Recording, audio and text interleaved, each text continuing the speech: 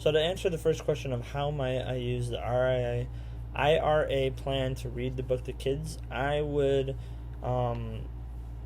probably just plan out what I'm thinking of saying and what I'm thinking of asking the kids during and after the book and even before, and kind of just to go into the second one, I would use sticky notes, and the places I would put the sticky notes, I picked out 3 places. The first one was right when the little boy, the first person, the little boy, knocked on her door, and I would just talk about I would ask the kids like what they would do if somebody knocked on their door and said they wanted stew or was talking about your stew.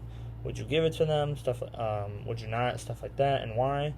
The next one would probably be the third person, and kind of go back on that and ask again, but this time being that you've already given it away to 2 other people. How do you feel about the third person? Are you still open to giving it away? Are you not? Why not? Stuff like that.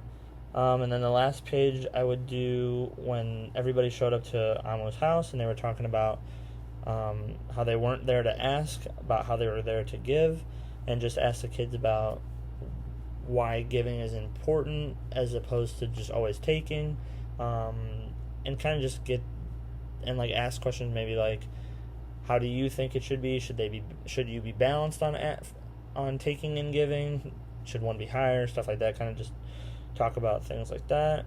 How does the plan compare to when you read it in your small groups for first time? I think this would, like I always used to tell my mom, I think everybody has, or like how I think even the famous saying is, everybody has a plan till they get punched in the mouth. It's the same thing for teachers. You always have a plan, but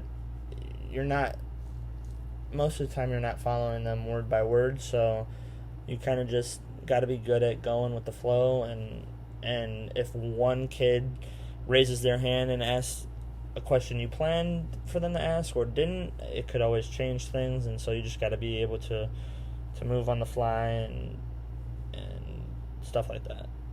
And the last one, what will you need to foster engagement through the IRA? I think just kind of going back to the sticky notes and just asking them questions and keeping them engaged, and not being a teacher that will silence the questions and silence the stories that the children have, and kind of letting them relate to it, but at the same time not go too much into detail about, I have a friend's mom's cousin's uncle, and just kind of keep on pace, but at the same time let them ask questions and be curious and stuff like that. And yeah.